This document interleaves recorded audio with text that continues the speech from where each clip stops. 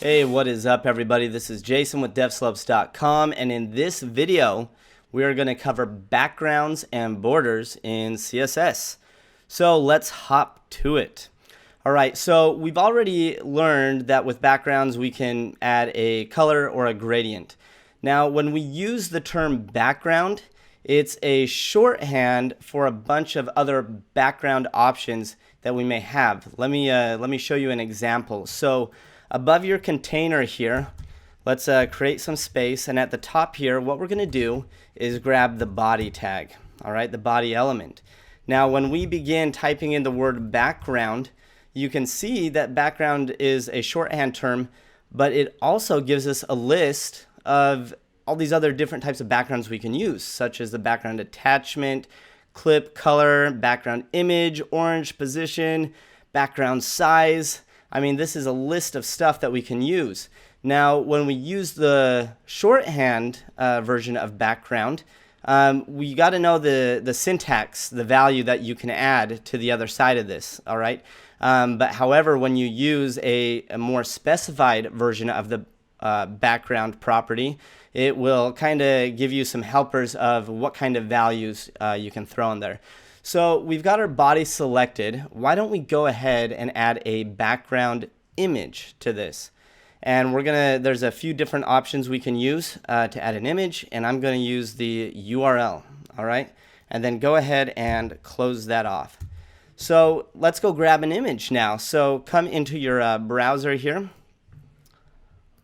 Make this full screen for us, and just search for something appropriate, all right? And I'm going to type in minimal zebra background, all right? And let's go into images. I'm just going to grab this first zebra one here. That looks pretty good. And we can see the dimensions is a 600 by 375. So it's kind of a smaller image, but when you're looking for an image, I want you to find a smaller image because I'm going to show you how to work with that, okay? So I'm going to go ahead and right click on this, save as, and I'm going to throw it into my project right here, okay? And I'm going to change the name to just zebra. And no, I do not have rights to this image. Do not use it commercially unless it says so. Alright, so we've got the zebra in our project. So I'm going to go back here, and inside the background image URL, I'm going to type in zebra, and it's grabbing the zebra because I've just got it at a top level over here. All right, so perfect. So we've got that in there. Let's go ahead and see what this looks like. I'm going to go ahead and launch the browser here.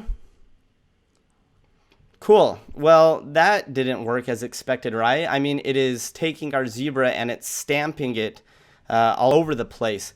Now, the reason it's doing this is because we grabbed a smaller image, right? And the browser, because it's a specific image size, it's filling up the extra space so the browser doesn't leave all this white space with it. The browser doesn't know what to do with this exactly. So let's come over to brackets and go ahead and get the container out of the way. Just take the content, and I'm pressing Command Option /, just commenting it out. And let's use a few other background properties that we can use to help us with this. So first we saw that our background image was repeating, right? So we can do a background repeat property, and then it comes with a few different options for us, and we're going to click the no repeat. All right, save that, and then let's check it out. Well, cool. It's not repeating anymore because we told it. So the browser is now just giving us one image. It's not repeating it, but check this out. It's left all this empty white space. All right, so let's learn about another background property. Back over into brackets, right under the background repeat, let's type in background size, okay? And then we're gonna use cover in this. Now, when you're working with a background size, this is specific to working with a background image, okay? You can't like set a background size of a height or width of anything else. It directly targets the image that you're working with on the element, okay? So let's come back over to here, and that looks better, right? Now we've got our image covering the entire viewport of the browser. Now, when you're wanting to use an image as a background to your website or your web app, do use an image that has the appropriate dimensions. Go ahead and resize it. Use something in high definition. This was a smaller image and we stretched it out over the viewport. You can see how fuzzy that it's become. All right, so cool. That is backgrounds. You can use backgrounds for colors, and then you can also set backgrounds for images. All right, and you can take these background properties here and you could add these to additional elements. Like if I had a container and wanted a background to this specific container or a section of my website, you can add a background property to this. All right, so again, you can use this shorthand background property, and then come up with the appropriate value that you can add to it, or you can be a little bit more specific in the background property that you want to use. So moving forward, let's go ahead and start working with borders. All right, so let's come down here. So we're in our container. Outside of our container, why don't we go ahead and create another div tag here. All right, close that off. And then inside of here, we're just going to throw an image. So go do an image, and we'll give it a source, leave it empty for now.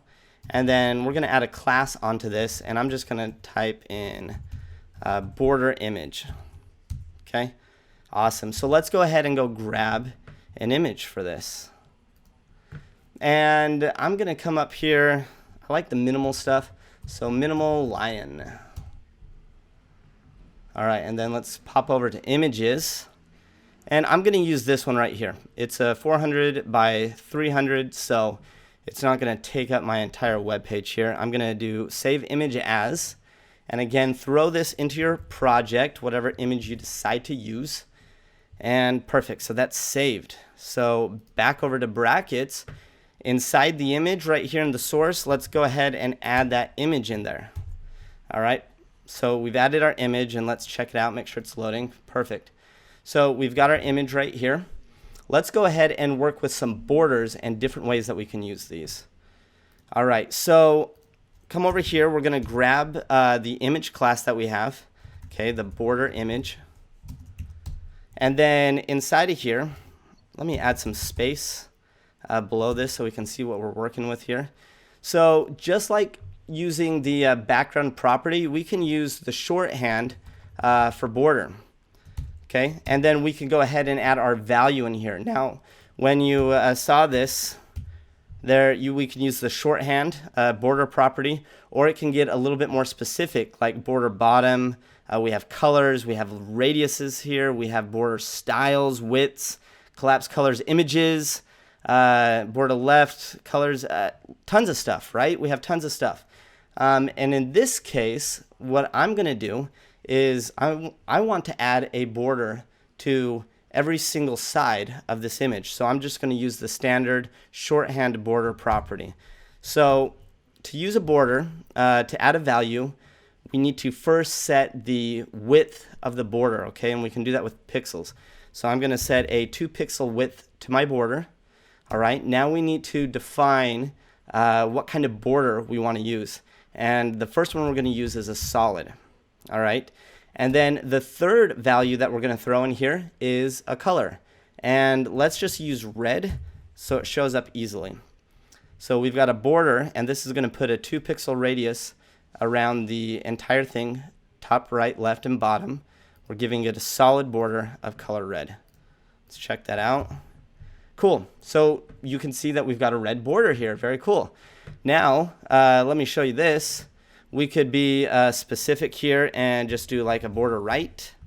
Okay, and what this is going to do is it's going to add a 2 pixel solid red border to the right of our image now. And we've got that over here. All right, I'm going to actually go ahead and make this a little bit thicker so we can see it. Let's do 10 pixels. All right, so now we've got a thicker border that we can work with. And we can also change this value from a solid. All right, we can use a dotted value, which is going to give us a dotted line here. And then we can also use a dashed value there. And we're going to go ahead and throw this around the entire thing.